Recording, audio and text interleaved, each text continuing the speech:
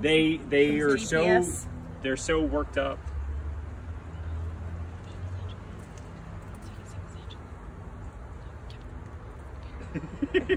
And then hold it on the sides. So like pinch and hold. There you go. I am. Yep. And then you just flip it over. Yep, and just flip it over.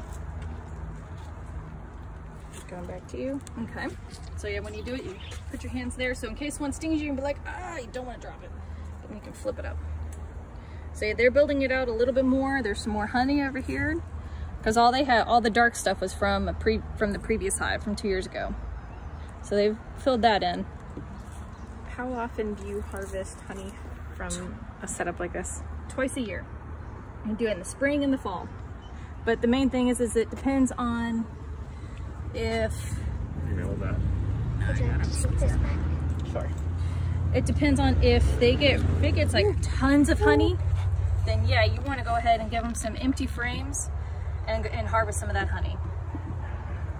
Because you don't want them to be honey bound. If they're honey bound, then that means there's no more room for the queen to lay her eggs. So and then they might separate and swarm, and they'll take half the hive and they'll create a new queen. Alright, we will put this back on. This is the inner cover. We don't need that. So is that how you would encourage a second development? Like if you bought another box, you had another setup going on? Yes. If they get, yeah, kind of wiggle it. That's what we're hoping. They say to start with 2 hives, but We start with 1. This one was 1 because we were told that this is a Wilbanks package, and the queens are normally really, really good at laying eggs. Then we just put the inner cover in, or the outer cover. Okay. Since we're not doing the sugar syrup. Yeah. Oh wait. What? Oh, oops, forgot about that. And remember, we need to squish that one beetle. Yep. We have to put it back over here. That. Sorry, my love. That one? Here, pardon me, Dad. That was doing its job. Yeah. Can I see that? Yeah, just don't tip it because it's got Do you oil. have the hive tool? I have it. I have it. What did I do? Oh. And that is the thing again. So it has all the. So you gotta put it kind of in the middle, or you I'm gonna gonna put it? you put it on the ends. All right, gotta squeeze it. Go right in there. Yeah, so we've been told that the Wilbanks packages, the queens are, I think they're, no, these are not the queens from Hawaii. These are more, I think, from Wilbanks over in Statesboro.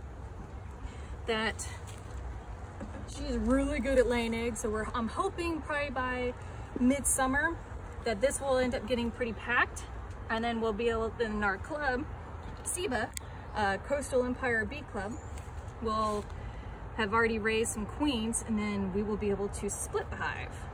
So hopefully by the end of summer, going into fall, we will have 2 hives.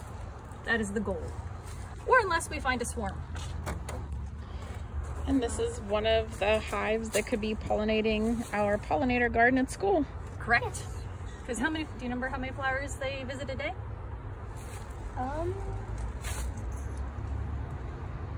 Remember? I forgot. I think about 1,000.